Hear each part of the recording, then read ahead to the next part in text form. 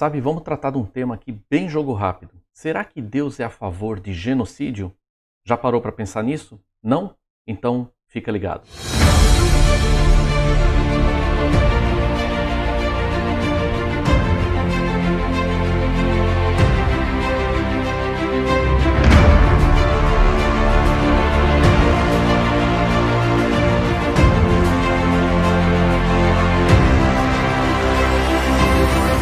Pois é, gente, tá aí uma pergunta que não quer calar e muitas vezes você vai se deparar com ela. Será que Deus é genocida? Será que Deus aprova o genocídio?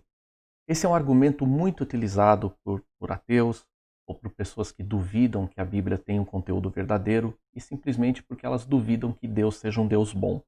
Será que isso é verdade? Por exemplo, as pessoas retiram muito versículos, a chave ali, para poder jogar isso para a gente. E Deuteronômio 20, versículo 17, por exemplo, é um deles. Né? Êxodo, capítulo 17, versículos 8 a 13, é outra referência também, porque esses versículos mostram ali uma execução sumária de alguns povos que estavam ali, né, sendo antagônicos a Deus, vamos dizer assim. E aí chega um momento que Deus manda que esses povos sejam destruídos, né? E aí muita gente usa isso daí para dizer que Deus faz apologia ou Deus seria a favor de genocídio. Será mesmo? Será mesmo? Então eu vou apresentar duas formas de você responder tudo isso, tá? Como que você responde a um argumento desse quando questionado? Então vamos ao primeiro argumento. Antes de mais nada, antes de ir ao primeiro argumento, é importante a gente definir o que é genocida, tá? Genocida se diz respeito a um indivíduo, um ditador, geralmente alguém dotado de muito poder. Vamos supor que um ditador não simpatize com algum grupo, algum povo, ou simplesmente aquele povo está contra ele, né, não segue lá as regras duras impostas por ele. O que ele faz? Ele vai lá e destrói aquele povo. Faz isso, simplesmente faz isso. Destrói aquele povo. Então você pensa assim, isso aí é o que eu vejo, ditadores como na Coreia do Norte, etc. Hitler fez isso, você vai ver outros exemplos na história fazendo isso, o próprio Stalin fez isso muitas vezes. Pois é, isso sim é uma atitude genocida. Simplesmente não simpatizou, então a melhor forma é eliminar um povo inteiro, aquele grupo todo de pessoas. Tá certo, será que Deus tem essa mentalidade? Né, se Deus apoia, ou se Deus aceita o genocídio, ele teria no mínimo esse tipo de mentalidade. Será que é isso mesmo que está escrito nos versículos bíblicos, sejam do Novo ou do Velho Testamento? Vamos ver uma coisa, né? Um ponto comum, essa é a primeira forma de você responder isso, né? Citando aqueles versículos que eu acabei de mostrar aí para vocês.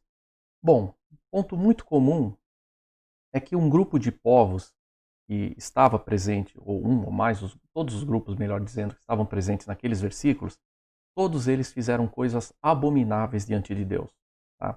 Esse é o ponto número 1. Todos eles, todos que estavam listados ali, nenhum deles fez atitudes que agradassem a Deus, mas fez atitudes abomináveis. E antes que você me pergunte, tá, mas Israel, Deus nunca fez isso? Claro que fez. Claro que também avisava.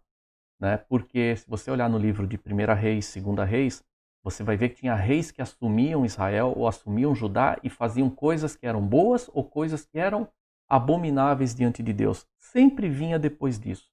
Fulano de tal assumiu e fez coisas abomináveis diante de Deus. Ou seja, Deus odeia atos abomináveis contra ele. Isso ele odeia o mal, ele não odeia as pessoas. Ponto número 1, segurou essa informação? Segura ela aí, tá? Bom, visto que esses povos todos cometeram atrocidades e coisas horripilantes diante de Deus, se você olhar para Gênesis 15, versículo 16, você vai ver um aviso que Deus coloca ali, dizendo que ele olha pelas gerações.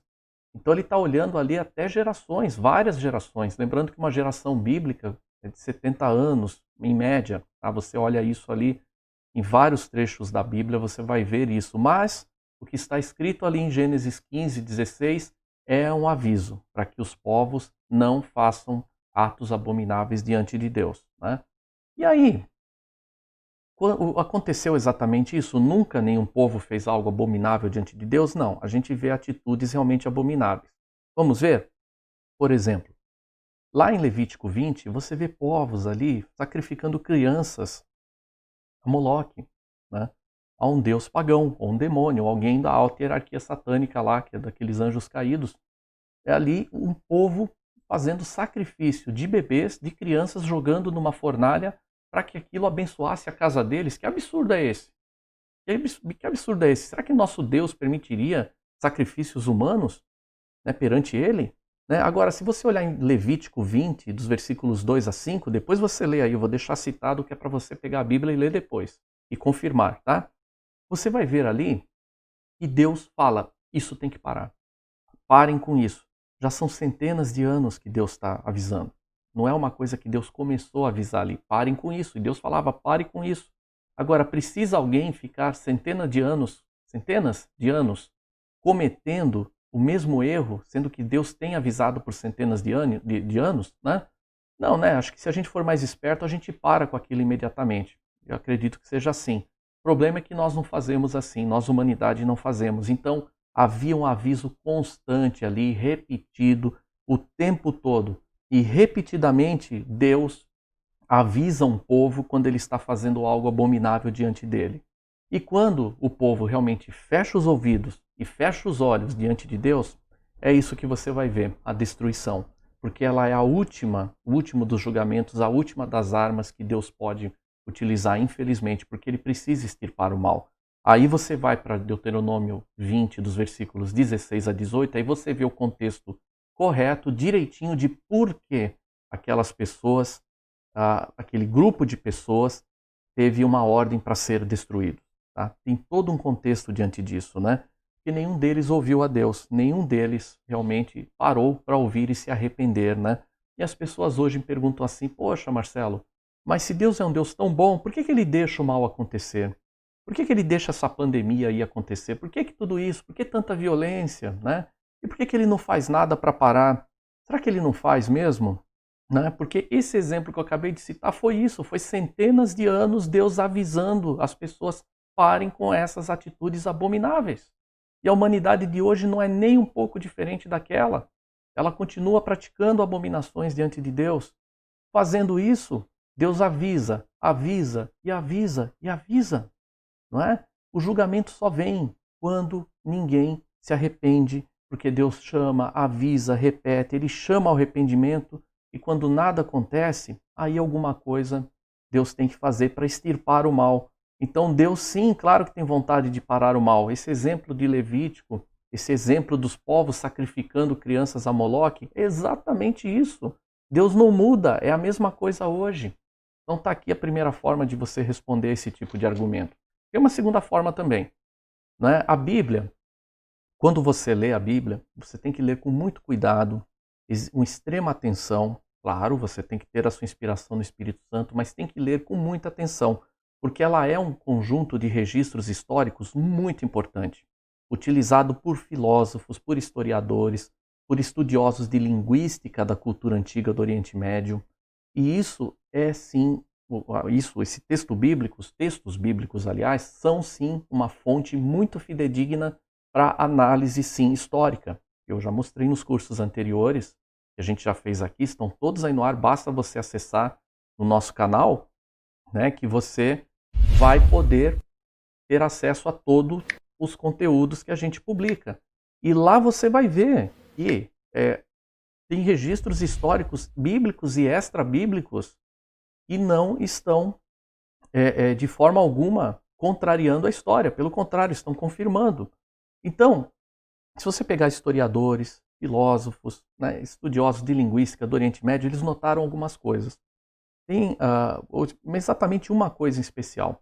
Tem aqui uma expressão que vamos destruir definitivamente, ou abolir definitivamente, remover de uma vez por todas. Você vai ver termos como esse na Bíblia. E Deus fala isso como uma espécie de julgamento, uma espécie de punição a povos que fazem abominações diante dele. Então, isso não significa exatamente que aquele povo tem que ser morto, tá? Porque não é essa a vontade de Deus. Nas culturas do Oriente Médio, principalmente na linguística das literaturas do Oriente Médio, você vê muita figura de linguagem, mas várias delas. Essa que eu acabei de citar é uma delas, né? Por que é uma figura de linguagem? Porque essas expressões, elas não indicam exatamente que Deus quer matar pessoas. Ele não é a favor de genocídio, é por isso. Tá? Na realidade, o que está escrito ali é para que as pessoas sejam chamadas ao arrependimento. Exatamente isso a gente vê na Bíblia. Exatamente. Se você olhar em Josué 16, versículo 10, se você olhar também em Josué 17, versículo 13, você vai ver povos que não foram destruídos. Eles estavam ali realizando trabalhos forçados como punição, porém não foram destruídos. Né?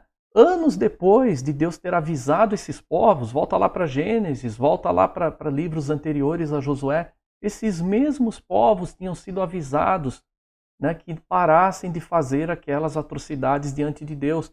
Significa que Deus matou todos eles? Mas espera um pouquinho, eles continuam presentes em Josué 16, 10, 17, 13, eles estavam lá ainda. Né?